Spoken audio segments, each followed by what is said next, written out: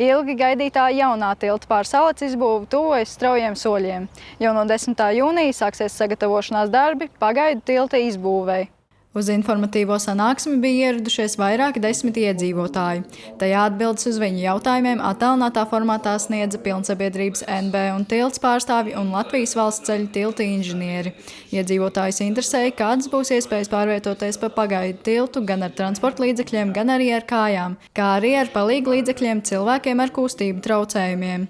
Tikmēr zemniekiem aktuāli arī, vai varēs pa pagaidu tiltu braukt ar lauksaimniecības tehniku. Skatoties projektu,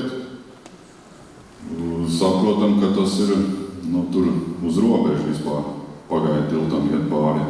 Un mēs pa Vecsalas tiltu nevaram pārvākt pāri, ja neuzbrauc uz gājienu, ietu. Plānots, ka pagaidu tilta brauktuve būs 4,5 metrus plata, bet gājēji celiņi 1,5 metru plati.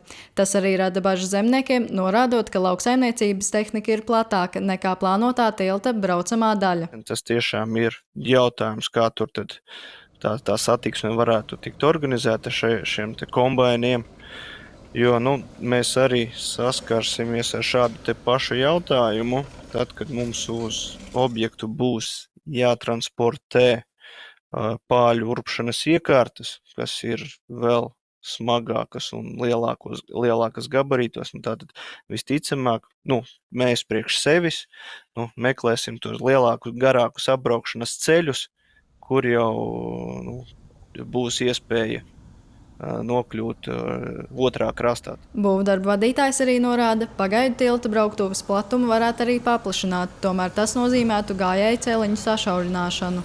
Tāpat iedzīvotāji interesējās arī par trokšņa līmeni, kas tiks radīts nojaucot veco tiltu.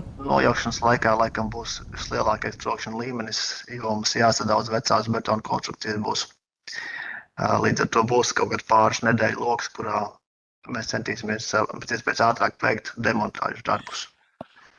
Šobrīd esam iespēju arī laiduma konstrukcijas nocelt, lai viņas nebūtu jādemontē uz vietas un šādējādi samazināt to trokšņa līmeni. Pirms vecā tilta nojaukšanas gan vēl ir jāizbūvē pagaidu tilts, kas, kā informē būvnieks, būs gatavs septembrī. Līdz tam arī iedzīvotājiem nevajadzētu satraukties par būtiskām satiksmes organizācijas izmaiņām, jo uz vecā tilta turpinās darboties viedie luksafori. Jūlijā, augustā, kad sāksies atvaļinājuma laika, es jau gar acīm redzu, ka te būs atkal gari sastrēgumi un atkal tas veiziņš vedīs tās mašīnas pa visādiem iespējamiem apvedceļiem cauri pilsētas mazajām šaurajām ielām. Jārēķinās ar to, ka tā neērtība būs vēl šajā vasarā, nākošajā vasarā noteikti. Plānots, ka jaunais tilts būs pabeigts nākamā gada beigās. Lai arī būvniecība ir rūpīgi izplānota, tomēr būvnieki neizslēdz iespēju, ka gan laikapstākļi ziemā, gan upē esošo zivju nārstu laiki un citi neprognozējami apstākļi varētu aizkavēt būvniecības gaitu. Es par tiem termiņiem esmu mazliet piesardzīgs, jo mēs esam arī ostu būvējuši, pārbūvējuši.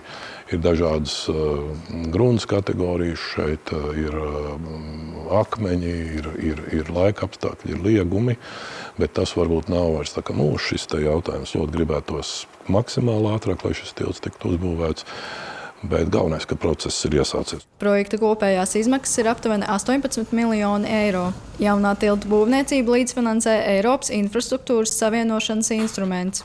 Hanna Gaile, Emots Mosakovskis, RTV.